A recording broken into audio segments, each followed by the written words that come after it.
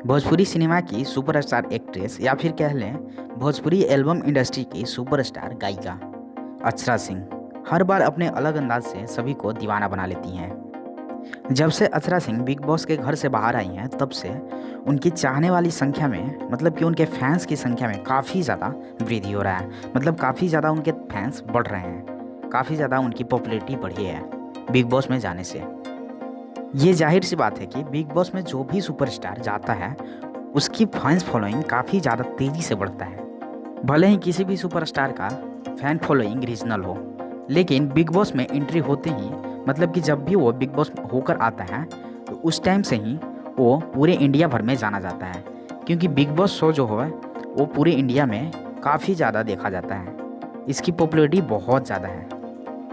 अक्षरा सिंह जब से big boss से बाहर आई हैं तो इसके साथ ही अक्षरा सिंह के कई गाने लगातार यूट्यूब पर रिलीज़ किए गए हैं जो कि लोगों को खूब पसंद आए हैं।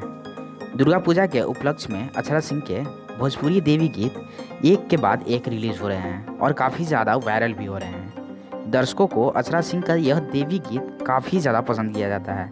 यह भक्ति रूप खूब पसंद आ रहा है। अक्षरा सिंह का एक भोजपुरी देवी गीत है जिसमें माँ से उनके पधारने उनका स्वागत करने की गुहार लगाई जा रही है। अक्षरा इस देवी गीत में माँ से कह रही हैं कि वह आरती की थाली लेके माँ के आने का इंतज़ार कर रही है। ऐसा ही एक गीत आरती के थाली इन दिनों इंटरनेट पर काफ़ी ज़्यादा वायरल हो रहा है, मतलब कि सोशल मीडिया पे पूरा छाया हुआ है। गाने के बोल से ही पता चलता है कि अक्षरा सिंह माता रानी से उनके घर पधारने की गुहार कर रही हैं।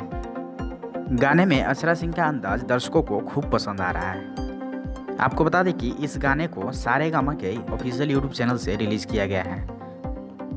इस गाने की क्रेडिट्स की बात करें तो इस गाने को लिखा है अजय बच्चन जी ने, मतलब कि इस गाने के बोल लिखे हैं अजय बच्चन जी। वहीं इसका जो संगीत दिए हैं वो अविनाश झा घुंगरू जी ने दिया है, जो कि काफ़ी ज़्यादा अच्छे म्यूजिक डायरेक्टर हैं।